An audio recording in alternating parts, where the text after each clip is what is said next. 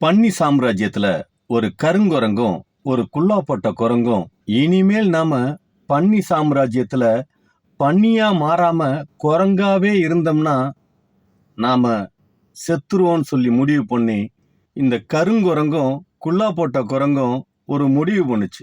என்னன்னா, பன்னி கூட்டத்துக்குள்ளார நாம குரங்கா இருந்தோம்னா இனிமேல் சர்வைவல் பண்ண முடியாது, அதாவது வாழ்வாதாரத்தை தேடி நம்ம வாழ்க்கை நடத்த முடியாதுன்னு முடிவு பண்ணி பன்னியாவே மாறிடுறது நல்லதுன்னு சொல்லி பன்னியா எது கருங்குரங்கும் குல்லா போட்ட குரங்கும் குரங்கு பன்னியா மாறிடுச்சுங்க. சீரியஸா உண்மையிலேயே இந்த ரெண்டு குரங்கும் ஏன் பன்னியா மாறிச்சு தெரியுமா? குரங்கோட லாங்குவேஜ் இருக்கு இல்லையா, ஆதி மனிதனின் முதல் மொழி தமிழ். இந்த தமிழ் மெல்ல மெல்ல செத்து போகுங்கிறதுனால என்னடா கதை சொல்லிட்டு இருக்கிறப்ப கரண்ட் கட் ஆயிடுச்சுன்னு யோசிக்காதீங்க. எல்லாம் எதிர்கட்சியோட சதி. ஆரம்பத்துல இருந்தே எந்த தப்பு நடந்தாலும் அந்த தப்புக்கு காரணம் திமுக காரன் தானே. அதே மாதிரிதான் இப்பவும் கரண்ட் கட் ஆச்சுன்னா அவனுங்க தான் காரணமா இருப்பானுங்க. ஆனா அதுக்காக நம்ம கவலைப்படக்கூடாது. இந்த புதிய ஆட்சியில புதிய ஐடியாவை நாம தான் உருவாக்கணும்.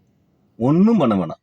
விட்டில் பூச்சி, அதாவது மின்மினி பூச்சி, இந்த மின்மினி பூச்சியெல்லாம் பிடிச்சி பொறுக்கிட்டு வந்து ஒரு பாட்டிலுக்குள்ளார போட்டு வீட்டு நடுப்பற வச்சுக்கிட்டோம்னா சும்மா ஜெகஜோதியா வெளிச்சம் இருக்கும்.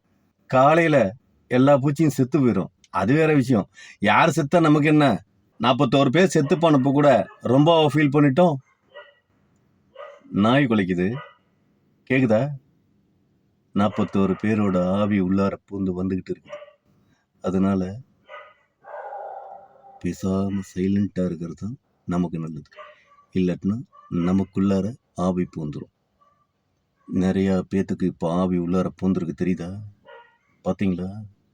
ஜாக்கிரதையா பத்திரமா இருங்க. பேசாதீங்க. Keep quiet, keep quiet, keep quiet.